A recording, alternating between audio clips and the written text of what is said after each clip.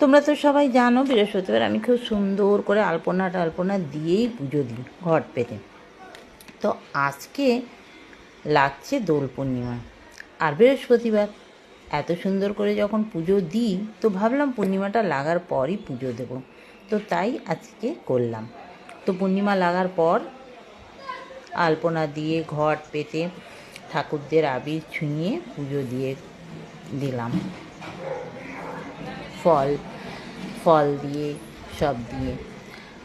ভাবলাম কালকেই আবির দেবো, তারপর ভাবলাম না, যখন পূর্ণিমা আজকে লাগছে আর একটা ভালো দিন বৃহস্পতিবার, তো ভাবলাম আজকেই ঠাকুরদের আবির দিয়ে পুজোটা সেরে ফেলি, কালকেরটা আবার কালকে করব। দোল পূর্ণিমা তো আর এমনিও যতক্ষণ ঠাকুরদের আবির দেবো না